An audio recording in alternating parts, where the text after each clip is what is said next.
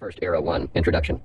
An imperialism of capital has grown up within the last 2 centuries from small beginnings, until it is now the mightiest power that has ever existed on the earth.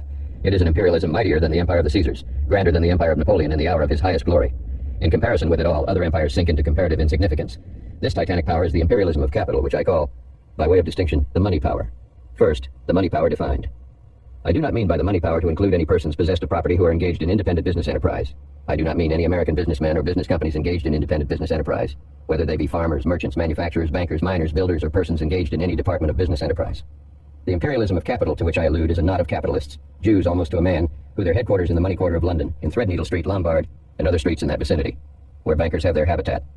These Jew capitalists have succeeded in centralizing in their own hands the industry and commerce of the earth. They own almost all the debts of the world, the debts of nations, states, counties, municipalities, corporations, and individuals, amounting in the aggregate, it is estimated, to $75 billion, on which they are annually receiving about $4 billion of interest. They own the manufactories, the shipping, and the commerce of Great Britain, and most of the manufactures, shipping, and commerce of the whole world. They have attained control of the industry and trade of the whole earth, and are rapidly centralizing all business in their own hands. They hold possession of all the great lines of trade and business of all kinds, and they regulate all prices by their own arbitrary methods. These Jew money kings have established a grand imperialism of industry, commerce, and wealth, which is thoroughly organized, and rules in the sphere of industry and trade with autocratic sway. In our age, capital is king. This money power of the money quarter of London is the only grand preeminent imperialism existing on the earth. Monarchs severally rule their own dominions, and no one of them has preeminent power. The imperialism of capital in our time stretches the arms of its power over the whole earth. It alone sways the nations with preeminent rule. It buys all the products of the earth. It fixes all prices of all commodities without regard to the law of supply and demand by its own arbitrary will. It is imperial over industry and trade, and none can resist it. It is rapidly progressing toward its ultimate aim, of possessing itself of all the world's wealth and all the world's property. If things remain as they are, these Jew money kings will, at no distant day, have achieved their aim, and will own the earth in fee simple. Second, discovery of existence of money power. The world will be surprised at the statement that such grand imperialism of capital exists, for it has grown up so silently, and has veiled its operations in such secrecy, that its very existence is unsuspected. The author was as ignorant of the money power as all the rest of the world outside of the ring, until, when visiting England many years ago, he, through a combination of circumstances unnecessary to mention here, became acquainted with the existence of this grand centralization of capital in England, and was given a pamphlet that was intended for private circulation. This pamphlet, and the boastful statements of the Englishman who gave it, imparted to the author information which is carefully kept from the general public. Quotations will be made from this pamphlet later on in this work. No confidence is thereby violated, and its statements ought to be known to the world. Thus informed of the existence of the money power, the author has watched its progress for over 20 years. As events occurred, his mind, strongly magnetized as it were by this subject, seized upon and gathered to itself all facts bearing upon the question. A newspaper item, meaningless to others, was to him an important historical fact in the rise and growth of the money power. He has thus point by point gathered the materials for the sketch which here follows.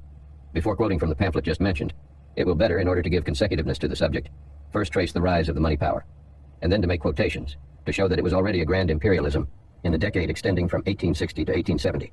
2. First era in the rise of the money power. The money power of the world had origin in small beginnings in the 18th century, but it has reached its grand development in our own age. It had its origin in the British East India Company, and has grown up so quietly that its grand centralization has not attracted the attention of mankind. Indeed, it has only become powerful enough in our own age to produce startling effects upon the industry of the world. In the ages before the invention of the steam engine, the chief commerce of the world consisted in the interchange between the temperate zone and the tropics. There was but little interchange between the different countries of the temperate zone, for all having the same climate and agricultural productions. Each country produced sufficient for its own consumption, and all manufactures being wrought by hand, each country had enough manufactures for the supply of its own needs, except a few articles of luxurious consumption. The chief commerce of the world consisted in the exchange of some of the products of the temperate zone, especially specie, for articles of luxurious consumption, sugar, tea, coffee, indigo, opium, and the spices, contributed by the tropics to the commerce of the world. This commerce has always enriched the nation which carried it on, and made its merchants the great commercial magnates of the earth. In ancient times, the Phoenicians possessed it for 2,000 years, and it made them the great merchants of the earth. The share of Egypt in the traffic gave to that country its great wealth in the early eras of the monarchy. In the age of Solomon, the Jews possessed the eastern end of the traffic for a generation, and it so enriched them that silver was in Jerusalem as stones. The development of this commerce was the sphere in which was displayed the proverbial wisdom of Solomon, and it constituted the chief glory of his reign.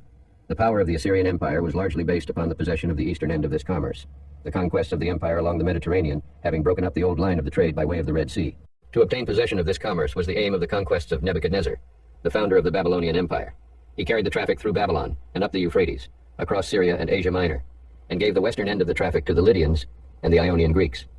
This was the origin of the proverbial wealth of Croesus, which the Greeks, in their ignorance of the commercial relations of the East, attributed to the gold washed from the placer mines of the river Pactolus. The possession of the western end of the trade at this time awakened the Greeks from the lethargy of barbarism, and stated the race upon its grand career of civilization. The hostility of the Greeks to Persia, which caused the burning of Sardis, and led to the Persian Wars, no doubt originated in the fact that Persia gave the traffic back to the Phoenicians, who restored it to its old route by way of the Red Sea. After the Christian era, the Venetians took possession of the traffic, and it made them the great merchant princes of the Middle Ages. The discovery of the passage around Cape Good Hope gave the traffic into the hands of the Portuguese, who kept it for a century. Then the Dutch, the French, and the English organized trading companies which competed with each other for the possession of this great East India trade now, since the passage around Cape Good Hope, swelled into much larger proportions than in former times. Britain was slow to engage in it, and during the 17th century made only feeble efforts, productive of little result. In the early part of the 18th century, the British East India Company was reorganized and put in successful operation. In return for a loan of $15 million to the British government, a large sum for those days, it received a charter, giving to it the exclusive right to trade with all countries of the Indian and Pacific Oceans, between Cape Horn and Cape Good Hope. From this time, the East India Company made rapid growth in prosperity and power. In the various wars of the 18th century between Great Britain and her commercial rivals on the continent, the bulldog pluck of the British sailors and their superior nautical skill gave to British vessels so great an advantage in naval combats as secured to Britain a maritime supremacy. The British East India Company prospered, not only by the usual gains of traffic, but also by taking possession of the trading stations of its commercial rivals, from which they were dispossessed by conquest. In the Great 7 Years' War, continuing from 1757 to 1764, Great Britain dispossessed France of all her colonial possessions. In India, at the same time, through the genius and energy of Clive, the British East India Company laid the foundation of its imperial greatness. Historical authorities date the rise of the East India Company to imperial power at the victory of Plassey, 1757 AD. In 1764, it was an empire exercising imperial sway in Bengal over a territory containing a population of 40 millions, and yielding larger revenues than those of the Austrian Empire, at that time the greatest European power. In 1764, the British East India Company was the grandest and richest corporation in the world. It was the only corporation which ruled a territorial empire. It was enriched by traffic, by the extension of its trade through the conquest of the trading stations of its continental rivals, and by the wholesale plunder of India. It had been from the first the best investment of capital to be found in the British Islands. Its stock was eagerly taken by all who had the means. The mercantile class took as much stock as they could afford, but as we know, merchants usually have little more capital than they need for their regular business. The British landed aristocracy had large incomes from their estates, and being under a necessity of seeking the best investments in order to portion their younger children, they made large investments in the East India Company. But the great capitalists of that age were the Jews. They were the money holders. They subscribed largely to the stock, and as in each generation the stock of the aristocracy was sold to portion younger children, the Jews, always economical, always full of money, and always in search of the best investments, bought the stock thrown upon the market. Thus it came to pass that the greater part of the stock of the East India Company, and of the other companies afterwards organized out of the dividends of that great company, fell into the hands of the Jews. The Jews became the great money kings of the world. Under the impulse of Jew exactions, the career of the East India Company in India was a continued series of trickery, wrong, exaction, theft, robbery, and murder. In the 18th century, the Mughal Empire was in the last stages of decay, and the East India Company, in its dealings with the native states and princes of India, constantly shifted its ground as expediency required, sometimes treating them as independent states, and sometimes as dependencies of the Mughal Empire. It hired its soldiers to one native prince to enable him to conquer another. It sold its favors on every side, and when the opportunity came, it devoured the treasures and the territory of friends and foes alike. History presents no career of conquest in which fraud, deceit, and rapine were so blended as in the conquest of India by the East India Company. It was the first example in the history of the world of a trading corporation becoming an imperial power, and its imperial rule was marked by the rapacity, chicane, and fraud that characterizes a great corporation in the soulless and conscienceless pursuit of gain. From 1764, the East India Company had control of the grand trade between the temperate zone and the tropics. It continued its conquests in India until, in 1857, the date of the Sepoy Mutiny, it ruled almost the whole peninsula.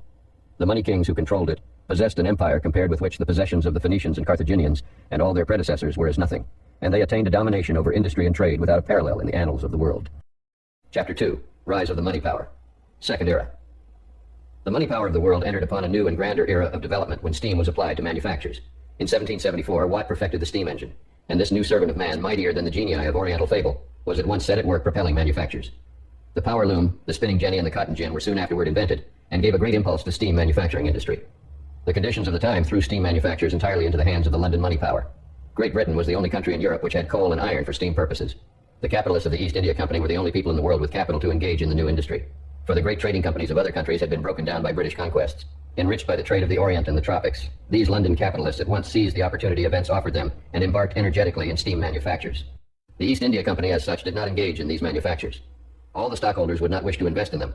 So large a corporation would be unwieldy, and the immensity of the monopoly might excite alarm and provoke opposition. It would be much better to operate through smaller corporations. A few capitalists might hold the stock of a great number of them without exciting jealousy, and their management would be quiet and easy. The different corporations were like the regiments of an army. It was easy to form them into brigades and divisions and army corps, so as to give them the compact solidity of a grand military organization. It had the flexibility of individual enterprise and the solidity of a despotism. The money kings adopted the policy of single corporate companies for each special enterprise. They built manufactories of all kinds. They started iron mills, woolen mills, cotton mills. Manufactures of all kinds sprung up on every side. The money kings organized new joint stock corporations which built mills and manufactories, new companies which operated mines of coal and iron, and as commerce wonderfully expanded through manufactures wrought by steam power, they organized new companies which built vessels to plow the waters of every ocean, and built new warehouses, and established new trading stations all over the earth. Commerce had languished in previous ages because the temperate zone had not sufficient cheap products, suited to tropical demand, to offer in exchange for tropical productions. Steam manufactures opened up a new commercial era. They greatly stimulated tropical production by offering manufactures in those markets. They also greatly stimulated industry in the temperate zone. In all the countries of the temperate zone, the demand for the manufactures of Britain was far beyond the ability to pay for them with exports. The first effect of this state of things was a wave of excitement that swept over Great Britain. An industrial boom was started. Everybody who had money invested in the stock of manufacturing companies, shipping companies, trading companies. In companies for steam manufactures, the money kings took care to have the majority of stock. Outside companies they knew they could devour at their leisure. The grand money kings had such advantages in their immense capital and in their perfect organization that in commercial crises often originated and always manipulated by them, they managed systematically to break down rival companies and buy them out and to rob and plunder the minority stockholders. Until, in the end, these organized capitalists got into their own hands and very cheap, all, or the greater part of the stock of the various companies, manufacturing, mercantile, and shipping that originated in steam manufactures. They thus reduced to a system and a science the art of crushing rival companies and freezing out minority stockholders. Their whole career was a systematic course of treachery, fraud, and plunder, without a parallel in history. They advanced step by step, always causing a boom in every new enterprise that enlisted much outside capital, and always managing to operate seasons of business disaster in which they lost a few hundred thousands by falling prices. A loss which they were abundantly able to stand, while making many millions by getting cheap the stock of broken corporations, and the stock sold by minority stockholders. Dealing in futures and boards of trade was then started on a grand scale, a system originated for the purpose of enabling large capitalists to force stocks up or down as they choose, by dint of capital without any regard to the actual value, the most satanic engine of trickery, fraud, and oppression ever devised to enable the strong to plunder the weak. It is the dragnet with which the money kings destroy multitudes of men of small means, as the fisherman takes fish in his seine. They are fishermen. The rest of mankind are their prey. They are always seeking after spoil. They are always dragging their net for the destruction of the unwary. But aside from this plunder of the weak and the trusting, the regular profits of the new age of industry were very large. In every country of the temperate zone, the demand for British manufactures was much greater than could be paid for by exports. And the difference in the balance of trade was always systematically arranged by lending money on mortgage for that amount, or by spending the amount of the deficit in starting some business enterprise in that country. In this way, the adverse balance of trade was not felt by the country falling behind. It bought all it wanted, and the adverse balance of trade actually made times better, for it caused the profits of the money kings to be invested in the country, stimulating business into activity. It only had the disadvantage that the business investment did not belong to the nation, but to the money kings, and the prosperity it caused was not national prosperity, but was the bloated gains of the money kings.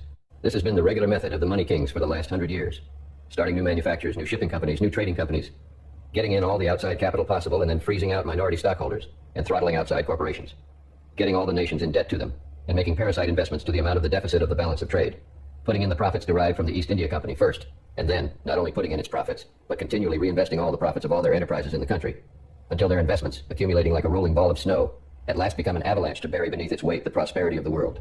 This has been the regular method of the money kings for the last 100 years, starting new manufacturers, new shipping companies, new trading companies, getting in all the outside capital possible and then freezing out minority stockholders and throttling outside corporations, getting all the nations in debt to them and making parasite investments to the amount of the deficit of the balance of trade, putting in the profits derived from the East India Company first, and then not only putting in its profits, but continually reinvesting all the profits of all their enterprises in the country, until their investments, accumulating like a rolling ball of snow, at last become an avalanche to bury beneath its weight the prosperity of the world. The Rothschild Syndicate. Even in the beginning of this second era of the growth of the money power, it realized immense profits. Profits so great as enabled the money kings to loan the money necessary on both sides to sustain the immense armaments of the wars of the French Revolution. They let the British government and the powers warring against France have all the money they required, and they supplied to Napoleon and his allies the loans necessary for his campaigns. At that time, for the convenience of the money kings, the great House of Rothschild was established. The rise of the House of Rothschild has always been shrouded in the mystery that veils all the operations of the money power. The house took immense contracts on both sides, and made to both sides immense loans. Where the money came from has always been a mystery. The common explanation given of it is wholly inadequate to account for the sudden rise of the House of Rothschild into such enormous wealth. The only way to account for it is to suppose that the Rothschild family was chosen by the Jew money kings as the head and fiscal agency of a grand Jewish syndicate formed at that time to concentrate under one management the money of the Jew capitalists. It was a great convenience and a great source of power. The Rothschilds were chosen perhaps in part on account of their superior business qualifications, and perhaps in part because they were three brothers who could be heads of separate banking houses in London and Paris and Vienna. By such a syndicate, the Jews could lend money and take army contracts on both sides. And if in the end one side should achieve a decided triumph, the Rothschild on the winning side could save the Rothschild on the losing side, and thus the money of the Jews would be safe in any event. It was a grand stroke of Jewish skill and policy, the organization of this grand syndicate, but it was the first instance of the organization of a syndicate in the world, and it was never known as such. But with the usual readiness of mankind to believe in the sudden growth of vast fortunes from nothing, the world accepted the rise of the House of Rothschild as an individual fortune and not a syndicate. In our time, when combination of capital into syndicates is common, the House would be recognized at once as the head of a syndicate. The rise of the House of Rothschild is memorable as the first grand combination of the Jews in a syndicate for the transaction of a vast business in which all their capital might be combined. The Rothschilds became the head of the Jew money kings and have ever since been the head of the Jews, acting as a syndicate. That house is probably at the head of the Jew money power of the world. When Napoleon fell, there remained but one grand imperialism in the world, the imperialism of capital, the Jew money power, centered in the money quarter of London. Since the fall of Napoleon, the nations of Europe have been maintaining war military establishments in time of peace at an expense far beyond their revenues. The London money kings have loaned them money to make up the annual deficit. They have invested in national debts alone about $26 billion. Besides these national debts are the loans to states and counties and municipalities and corporations and individuals, amounting in the aggregate, as it is estimated, to over $50 billion more. And then there are the immense amounts of their own investments in all the countries of the globe. The wealth of the money power is simply beyond calculation. It cannot amount to less than $160 billion. It is probably nearer 200 billions. Chapter 3. Rise of the Money Power. Third Era. The money power entered upon the third era of its growth with the application of steam to transportation in railroads and steamships. The railroad era began about 1830, but for 20 years after steam was applied to railroads, industry languished throughout all countries of the temperate zone, for want of sufficient money to transact the business of the world. But little progress was made in applying steam to transportation, until the mines of California first, and then the mines of Australia and the Rocky Mountains, and old and new mines opened in Mexico and South America, gave hundreds of millions of dollars to the circulating medium of the world. In 1850, the age of railroad and steamship building began on a large scale. Then the money power was fully embarked in this third era of development. The supremacy of the money power over industry, beginning with the application of steam to manufactures, was continued on a still higher plane of power from 1850 and onward. The new companies organized out of the dividends of the East India Company soon threw the old parent company into the shade by their gigantic enterprises. The experience of these new corporations seems to have convinced the money kings that the territorial sovereignty of the East India Company was a mistake. They found by experience that it was better for them to monopolize industry, commerce, and wealth under the protection of a government controlled by them than to exercise territorial sovereignty themselves. These new corporations began to trade with India, as with the rest of the world. The East India Company, having no manufactures, was eclipsed as a trading corporation by these new rivals, and it soon came to restrict itself more and more to its territorial sovereignty. The money kings soon found that the new corporations were much better instruments for traffic, and they eventually made the East India Company merely their shield in India, behind whose protection they carried on their traffic. That company governed India entirely in their interest, for the same stockholders operated the East India Company, and the new corporations born of the new age of steam industry. They finally found the East India Company a burden and an embarrassment. They derived the same advantage from the protection of the British government as from the company, and without the cost and trouble. And moreover, bonuses and other advantages given them by the British government were safe and sure, while advantages and franchises given them by the East India Company might be subsequently annulled as unauthorized and fraudulent. To get rid of the expense and danger of maintaining the sovereignty of India, they, at the time of the Sepoy Mutiny, influenced the British government to assume the government of India. And the East India Company, having served its end in giving birth to those new corporations born of its profits, passed away. The spider's brood, true to their nature, devoured their dam. The money kings greatly enlarged their operations in the new age of steam transportation. They constantly invested their gains in more manufactures, more ships, and more warehouses all over the earth. And when they made more profits than were needed for such investments, for their profits grew faster than the wants of commerce, they invested their surplus profits in various countries, in lands, in city houses, in building new railroads, and in buying vast bodies of lands in the tropics, on which they opened up immense plantations for the growth of coffee, tea, indigo, rice, opium, spices, and all tropical productions. They started new enterprises owned by themselves in all the countries of the globe. Tea plantations in China, coffee plantations in Java and Ceylon, sheep ranches in Australia and South Africa and South America, sugar plantations in the West Indies and the Sandwich Islands, gold and silver mines in California, the Rocky Mountains, Australia, Mexico, and South America, diamond mines in India and South Africa and Brazil, ruby mines in Burma, lumber mills in Canada, the United States, Norway, Sweden, and Poland, city buildings in all countries, and railroads all over the world. These and many other enterprises employed the boundless capital of the London money kings. City buildings have been a favorite investment with them in countries of the temperate zone. They derive two advantages from these investments. The buildings yield a high profit on the investment, and the money kings could thus put up rents in other countries and increase the cost of living. This last point is an essential part of their industrial system. In order to maintain the manufacturing supremacy of Great Britain, it is necessary that the cost of living should be as cheap there as in other countries. The price of food is necessarily higher in England than in other countries, and this has to be counterbalanced by cheaper rents. Rents are very low in England. By owning many buildings in foreign countries, the money kings are able to start a prevailing high standard of rents, which increases their profit on their investment and raises the cost of living till it is as high or higher in other countries than in England. Furthermore, these high rents increase the value of property and start foreign capital into real estate speculation, leaving to the money kings the safe field of productive industry. They are wonderfully shrewd and understand perfectly all the points that benefit their interest and injure the interest of the rest of the world. Railroads are their favorite investment in countries of the temperate zone. The ownership of them not only yields a large return upon the investment, but it gives to the money kings entire control of the internal traffic of the countries whose railroads they own. It also enables them to build up cities at points on the railroads known beforehand to themselves, so that by getting possession of the land around the site, they make hundreds of millions of dollars in speculations in town lots. With incomes derived from all these various sources and constantly reinvested, with the whole world tributary to them, it is not wonderful that they have grown so rich. Having taken possession of all the lines of business in which money is to be made, it is no wonder that for 40 years they have been the only people in the world who had a moneyed capital. No wonder that, continually impoverished by them, the nations of the earth have never had money to build railroads or waterworks or gasworks or any public buildings, but had always to issue bonds and sell them in London to get money for all public improvements. In the age of railroads, these Jew capitalists grew exceeding rich. At the beginning of the era of railroad building in 1850, no country had any capital, these London money kings excepted. The money kings alone of all the world had money, and they have taken special care during the whole era to make the world continually poorer by constantly increasing its debt to them. Chapter 4. Fourth Era, Devourings of Money Power, since 1864. The money power has been continually widening its operations in each successive era of its rise. The first era was the era of the East India Company, and of commerce based upon tropical products, and the exchange of those products for the productions in the specie of the countries of the temperate zone. In the second era, the money power added steam manufactures to the trade with the tropics, which it previously held. In the third era of its rise, the money power added to its previous sources of wealth the vast power derived from the possession of steam transportation in railroads and steamships. The fourth era of the rise of this terrible imperialism began in 1864. In this era, armed with the immense capital derived from all its sources of wealth, the money power of the world entered upon its vast investments in mortgages and real estate, and began its career of monopolizing at a stroke whole branches of industry and vast lines of trade.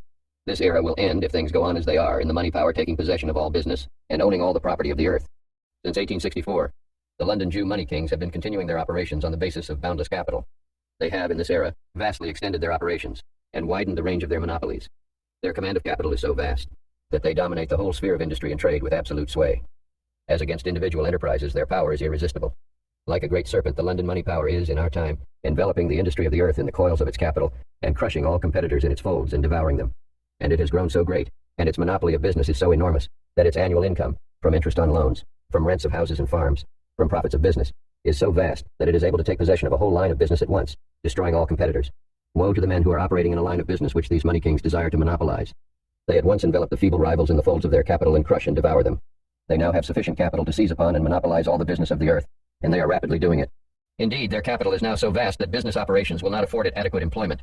They can no longer find adequate investment for their constantly increasing income in extending their grand industrial enterprises, in loans to nations, states, and municipalities, in building ships and warehouses and railroads. They can only find investment in building cities, in buying up city property, in purchasing and improving immense bodies of wild lands, in laying and foreclosing mortgages upon improved farms, and in buying up breweries and flour mills and lumber mills and various business interests all over the earth. They own almost all those business interests now. They will soon own the rest. These parasite investments of the money kings are like the fly eggs laid in the nose of the sheep. It is in addition to the amount of bioplasm in the sheep, but instead of being sheep bioplasm, it is foreign. The eggs will hatch, and instead of the new life adding to the health and vigor of the sheep, it consumes its life. The worms that breed from the eggs burrow into the head, and if they cannot be gotten rid of, the sure result is the death of the sheep. In the same way, the ox fly lays eggs in the back of the ox that breed worms, which in their development make the ox as lively as the investments of the money power make the nation where its investments are made. But instead of helping the ox, they feed upon his life. They fever him. And if there are so many of these wolves, as farmers call them, that the ox cannot bear the frenzy caused by their development, the ox will die. But all these parasites, when full grown, do not continue to prey upon the animal whose life tissues have nursed them into growth. When full grown, they, fortunately for the animal, strive to leave the body on which they have preyed. But it is not so with the investments of the money kings. They keep planting more and more of their eggs in the body of all the nations. And when the eggs hatch into parasite enterprises, the parasite enterprises continue to prey upon the country until at last they will sap its strength and devour its life. These parasite enterprises of the London money kings are like the fly eggs deposited in the body of a caterpillar. If no egg is deposited, the caterpillar spins its cocoon and at the proper time emerges as a butterfly. But when the fatal egg is deposited, the caterpillar lives on and spins its cocoon, as if in perfect health. But the parasite develops and continues its work of destruction, and the caterpillar, instead of emerging from its chrysalis state, dies in its cocoon with its vitals utterly devoured. This is what the money kings are now doing for all the nations. They are laying parasite eggs of capital in the body of every nation. Either the parasite must be gotten rid of, or the nations will perish. Devourings of the money power in India. The money power of the world was nursed into imperial grandeur by the trade and wealth of India. India was its primal seat of dominion. In India, its power has always been uncontrolled and absolute. There, it has been allowed to work its will more thoroughly than anywhere else, and in India we can best perceive the ultimate outcome of its policy. First, plunder of Hindu potentates. Until the middle of the 18th century, the East India Company was only a mercantile corporation, having a few trading stations in India and deriving its revenues from traffic. Rising into political power through the courage and genius of Clive, it began its career as devourer in India by extorting the hoarded wealth of one Hindu potentate after another as the price of its aid or its tolerance. And as the native rulers were successively reduced to bankruptcy and impotence in the crushing coil of the East India Company, that corporation gradually substituted its own administration for that of the native governments. In every advance, it showed the subtlety, the crawling, insidious guile of the serpent. It enveloped state after state in its coil, and crushed the native government so relentlessly and yet so quietly, that when it finally devoured the territory of a fallen potentate, the act attracted but little attention. The East India Company continued its course of quiet, gradual appropriation of territory for a century, until the Sepoy Revolt in 1857. Second, monopoly of industry. In the earlier period of its power, the East India Company took possession of all the trade and industry of the territories under its sway. But after the age of steam began and the great British capitalists formed new joint stock corporations through which to carry on the grand industries arising out of steam manufactures, the East India Company lost its importance as a trading corporation. As we have seen, it finally restricted itself to its territorial sovereignty and gave up to the new corporations the trade of India, giving them every advantage under its administration. Under this policy, the new corporations of the London money kings, advancing step by step, took possession of the business industries of India. They first took possession of the internal traffic and the foreign commerce of the country. They bought the native products at prices which yielded the wretched Hindu producers a mere subsistence, and they sold in the India markets native products and foreign merchandise at the highest prices it was possible to extort. They made all the profits, and the entire population of India, except the officers and the agents of the money kings, was reduced to utter penury. They continued their encroachments and gradually got the industry of the country completely under their control. They superseded the old hand manufactures of the country by manufactures wrought by steam, of which these capitalists have entire possession and reap all the profits. And they broke down the old system of transportation and substituted it by railroads owned by themselves. For a long time, the money kings raised opium, and indigo, and cotton, and rice and other India products for their commerce, upon lands owned by Hindus. They made their profit by putting down prices to the lowest point that would yield subsistence to the Hindu laborer. They thus kept the Hindu population on the verge of starvation, so that during the last 40 years, frequent famines have carried off millions of the population. We know from the Irish famines that a modern famine is not a dearth of food, so much as the lack of means to buy bread. During one of the famines in Ireland, an American vessel entering the harbor of Cork with provisions sent by American charity to the starving Irish met two vessels sailing out of the harbor laden with food sent from Ireland to a foreign market. The millions of Hindus who have perished of hunger during the last 40 years were the victims of the money power putting down prices of labor and putting up the price of commodities. Third, jungle plantations. But in the latter era of the growth of the money power since the application of steam to transportation, the money kings have realized such vast profits from their worldwide manufactures and commerce that they have made immense land investments in India. Vast areas of alluvial lands along the plains of the Ganges and the Brahmaputra rivers have for ages been covered with the primitive jungle. Much of it is delta lands along the streams, much of it broad alluvial plains and uplands, stretching from the sea to the foot of the Himalaya mountains. The money kings induced the government to offer these jungle lands at a very low price, and those imperial capitalists bought them. They next wished to populate these jungle lands with a race of Hindu serfs, who would till the soil for wages barely sufficient for subsistence. They offered the Hindus the alternative of emigration to the jungles in their employment, or of starvation in their village homes. Some 5 million Hindus died of famine before they submitted. But the money kings triumphed, transplanted the Hindus, and opened up grand plantations in the jungle. They built railroads, founded cities, and now they own cities, railroads, and plantations. They own in fee simple a vast empire in India, an empire of alluvial lands, more extensive than the ancient empires of Nineveh and Babylon in the valleys of the Euphrates and the Tigris, far more extensive than the Egyptian empire in the valley of the Nile, larger than Greece and Macedon combined, wider in extent than Italy, a broader domain than the whole of Great Britain. They find it cheaper to own the land and hire peasants to cultivate it than to buy the products of free Hindu labor.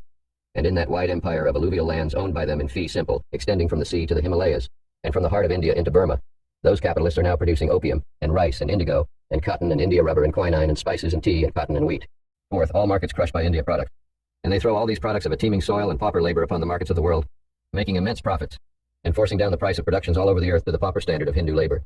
They are now publishing in our papers that they can grow wheat so cheaply upon their jungle lands that, in competition with them, our Western farmers can only be allowed in future 50 cents a bushel for their wheat. Will not omnipotent justice blast such wrongdoing? By the competition of their Hindu plantations, tilled with Hindu riot labor at 5 cents a day, they force down the price of Carolina rice and southern cotton to the same level, raising products upon their own lands with Hindu pauper labor, shipping their products upon their own railroads into their own seaport cities, and transporting them in their own ships to their own warehouses in every country. These money kings are able to crush down the prices of productions in every country, and force the people of all countries to sell their products at any price they choose to offer. An important fact is learned from the course of the money power in India. The money kings find it more profitable to own lands and till them with pauper labor than to buy the products reared by the free natives of the soil. They regard the purchase of cheap lands a good investment. They will doubtless continue the purchase of India lands until they own all the lands of India and all property of every kind, and the Hindus become serfs, cultivating their lands and filling positions in various departments of their service. How can it be otherwise? Every department of industry in that country, except agriculture in part, is in their hands. They have in possession every source of profit. They and their agents realize all the profits that are made. Nobody else makes more than a subsistence. The money power has India enveloped in its coils. It is only a question of time when the serpent will complete the devouring of all its lands and all its property. And we shall perceive as we proceed that the boa constrictor has our country in almost the same condition as India.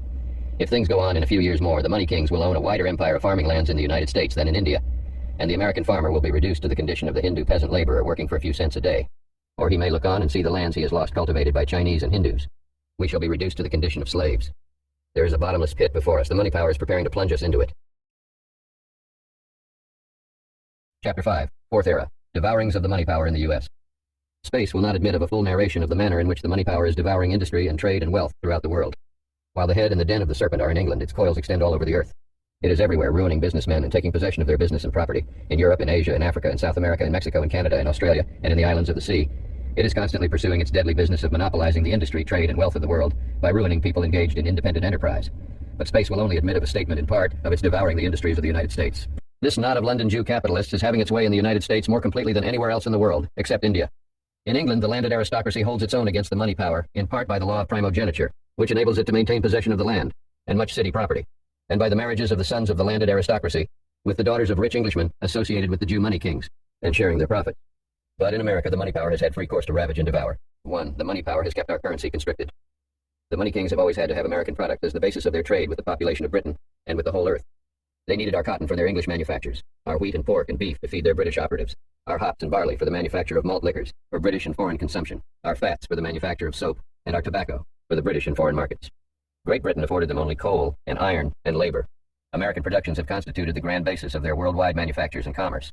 It was, therefore, their interest to buy our products cheap, and to that end it was their interest to have in this country as low a scale of prices as possible. An effectual means of securing a low rate of prices for cotton, tobacco, wheat, cotton, cheese, and all our products was to keep money scarce in this country, and its purchasing value very high. And during almost our entire existence as a nation, the scarcity of money which the money kings have caused has enabled them to keep down prices to the lowest point and cause our people to suffer from chronic hard times. The crash of 1837.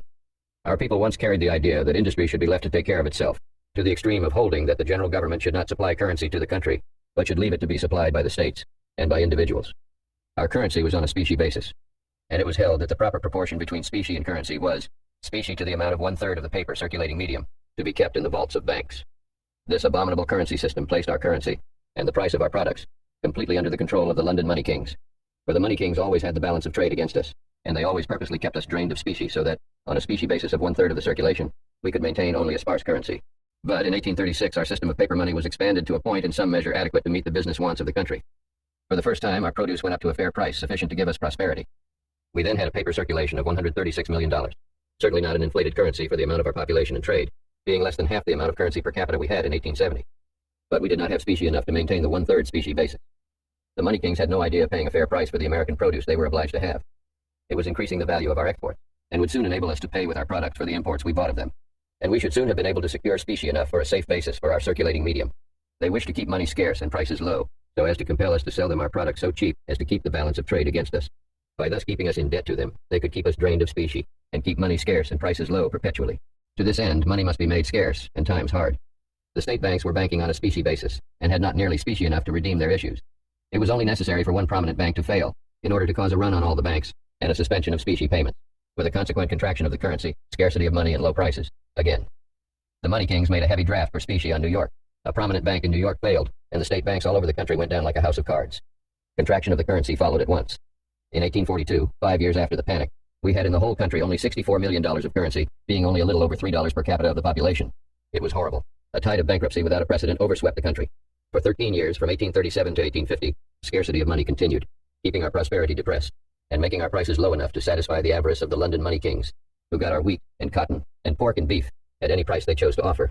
The astonishing folly of our people in allowing the money kings to put down prices in this country by means of a scarcity of currency will excite the wonder of a later and wiser age. These money kings never buy anything of us they can do without. They have always had to have a certain amount of our cotton, pork, and beef, and wheat, and barley, and hops. They cannot do without them. If we sustain the price at a fair rate, they will have to pay it. And yet, from 1837 to 1850, we allowed them, by draining us of specie, to contract our currency to $3 per capita, and put our prices down to starvation rates. What lamentable ignorance of the principles of political economy.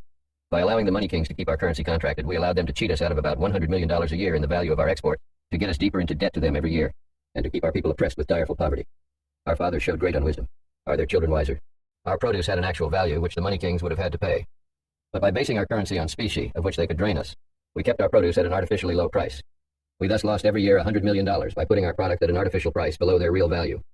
The money kings are wise. They no doubt laughed in their sleeve at our simplicity in thus allowing a price to be fixed upon our product below their real value. The London money kings organized the crash of 1837. They drew on New York heavily for specie just before the panic. The balance of trade is always against us and in their favor, and they could draw for specie as long and as heavily as they pleased. And they continued to draw specie till the end they aimed at was accomplished, and the panic began. There can be no doubt that they did it with full intent to bring about the panic that followed. Second, the crash of 1857. There was no expansion of the currency after 1837 till after the discovery of the gold mines of California. In 1850, the state banks again began to expand, and once more we had fair prices for produce and prosperous times. The expansion continued till 1857. There was no undue inflation. The currency was not in excess of the legitimate needs of business, and prices were not too high. But the currency was in excess of our capability of redeeming it in specie. All the gold taken out of the mines in California was sent direct to London to pay in part the balance of trade against us. The London money kings took care that we should not have specie enough to constitute a one-third basis for a currency adequate to the business wants of the country. They, having the power to regulate the amount of specie we were allowed to keep, did not choose to leave in the United States specie enough to furnish a basis for an amount of currency adequate to give us fair prices. The fall of a trust company bank in Ohio started a panic and brought on a general crash of the state banks, with the natural result of hard times and a cheap market, in which the money kings could buy our produce at their own price. The panic of 1857 was, beyond question, engineered by the London money kings. They took especial pains to get possession of the circulation of the Ohio Trust Company Bank, whose fall caused the panic, and they made extraordinary drafts upon it for specie, amounting to $5 million, so as to ensure its fall. Of two things one is certain. Either the money kings owned the Trust Company Bank, so that they could get possession of its circulation at any time, and start the panic, or else they took especial pains to gather up its circulation, so that they might drain it of specie. From the name of the institution, Trust Company, in the light of our own times, when these money kings are starting trusts all over the world, it seems most probable that the Trust Company Bank was established by the London money power for the express purpose of using it as an instrument to start the panic. In either case, they are pilloried before the eyes of our people as making secret war upon our prosperity. It is like the secret underhanded methods of the money kings to start a bank in this country in order to have it ready at any moment they chose, to start a panic by its fall, on purpose to break down our prosperity and give them a cheap market in which to purchase our products, necessary to their commercial system. The boa constrictor thus kept itself coiled about our currency system, and it has constricted our currency every time it expanded sufficiently to give us fair prices. They have thus been able to buy our product at little more than half their value, cheating us in this manner out of hundreds of millions of dollars every year, and keeping us in poverty. By the low prices thus maintained, the money power has kept the balance of trade hundreds of millions against us every year, and this adverse balance of trade has been kept even by lending us money to build railroads and to use in every form of public improvement. Thus, by its loans coiling around our industry and our property, and constantly devouring it. The money kings are public enemies, all the more dangerous because they work by such sly, secret, undermining methods. For 40 years, from 1820 to 1860, prices were kept down and times hard. Twice we were about to become prosperous in 1836 and in 1856, when both times the money kings promptly crushed our rising prosperity. In the 40 years, from 1820 to 1860, they cheated us, by these low prices, out of at least $4 billion, enough to have made us the richest and most prosperous people on the globe. One great benefit of the late war was that it caused the federal government to furnish a currency that was not subject to collapse by the money kings withdrawing specie from the country. The money kings brought on the crash of 1873, but they could not do it by withdrawing specie. They were under the necessity of resorting to other means. Before presenting the means by which the crash of 1873 was brought about, it will be better to bring up the account of their working in the country to that date, so that their operations upon the currency in 1873 may be better understood. 2. The money power devoured our commercial marine. The war afforded the money power the opportunity to strike us a deadly blow in taking possession of our merchant shipping. The means by which they accomplished this was in perfect accord with their watchful craft and cunning. One of their shipbuilding establishments built the steam cruisers which swept the seas, capturing many American vessels. Their depredations so raised the cost of marine insurance that American vessels could no longer compete with those of Great Britain. Under such circumstances, American ship owners became willing to sell their ships. The money kings had gained so much money by their worldwide operations that as soon as the vessels were offered for sale, they were ready to purchase them. In a few months, the American ships were all purchased by the money kings and transferred from the American to the British flag. At one grand gulp, the boa constrictor swallowed down the American Navy. While we had our commercial marine, we received for our produce the ruling price in the foreign port, and the profits were divided between the American producer, the American merchant who exported the produce, and the American ship owner who carried it. But thenceforth, we only received the New York price. The money kings realized all the profits beyond our own shores. But this was too much for them to be willing for us to receive. They wished to get closer to the producer and leave to our people as small a part of the price of our products as possible. Having driven us off the ocean, they now invaded our frontiers, resolved upon conquering and taking possession of every branch of industry in the country. The history of the encroachments of the money power upon our industries is one long tragedy. 3. The money power destroyed our New York merchants. The first step in the encroachments of the money power upon our national industries was their overthrow of the great New York wholesale merchants. It began its movement against them immediately after the war, but it proceeded to the accomplishment of its aim with such subtlety and craft that our people have not known of the destruction of the grandest merchants in the country. I only found it out in 1880, when I spent some time in New York City. The man at whose house I boarded told me one day in conversation that he had been rich, but had failed in business. He then obtained a support by taking boarders. "Misery loves company," said he, "and the only consolation I have is that all the tall trees of the forest fell when I went down. Why, sir," he continued, "not more than 3 or 4 businessmen in New York who were prominent in business before the war are in business now. They all failed. Nobody knew what hurt them, but from some cause, nobody knows what, business took new channels. Their business left them, and they broke. How business changed in New York since the war," he continued meditatively, "is incomprehensible to everybody. Here was a grand effect, and I began to search out the cause. I was then familiar with the methods of the money kings. I had been watching their course for years in this country, and it was not difficult to find and follow their trail on the warpath against the New York merchants. A still hunt was started against the New York wholesale merchants. The London money kings owned the English manufacturers and the mercantile shipping houses. They started branch houses in New York, filled them with splendid stocks of goods. And then they started the English drummer system in this country.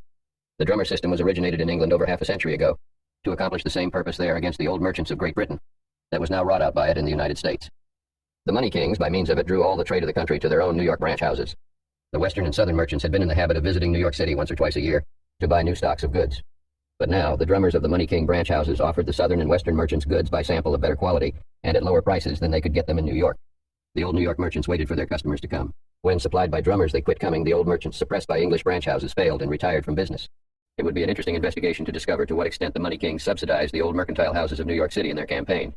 It is usually their custom to get some of the business interests already established on their side, reorganize them with a vast capital, take a controlling interest of the stock of the new companies to themselves, but leave them under the old name and the old management. It seems that they adopted this policy toward only a few of the mercantile houses of New York City. The few old houses that remained standing doubtless became the allies of the money power, but they seem to have made almost a clean sweep, substituting new houses for the old. In their conquest of the New York merchants, the money kings employed the tactics which they always use, as they availed themselves of their immense capital to put down prices on the New York merchants, so their method always is to put down prices on every business interest they assail. The unfailing sign of their assault on a business is a putting down of prices in the business. The money kings always operate through joint stock corporations in order to conceal their operations. A company is started in mercantile or other business by 3 or 4 persons associated in a joint stock corporation. It cannot be known but that those persons constitute the entire company. There is nothing to indicate that the stockholders are the London money kings, and that the company is operated on British capital. It seems to the public that it is an American firm. But if the company books of one of these conquering companies that break down old business interests could be inspected, it would be found that the stockholders who furnish its unlimited capital are in London. 4. The money power devoured our railroads. The secretive methods of the money power are nowhere more fully displayed than in the manner in which it got possession of our railroads. The advantages of owning our railroads were so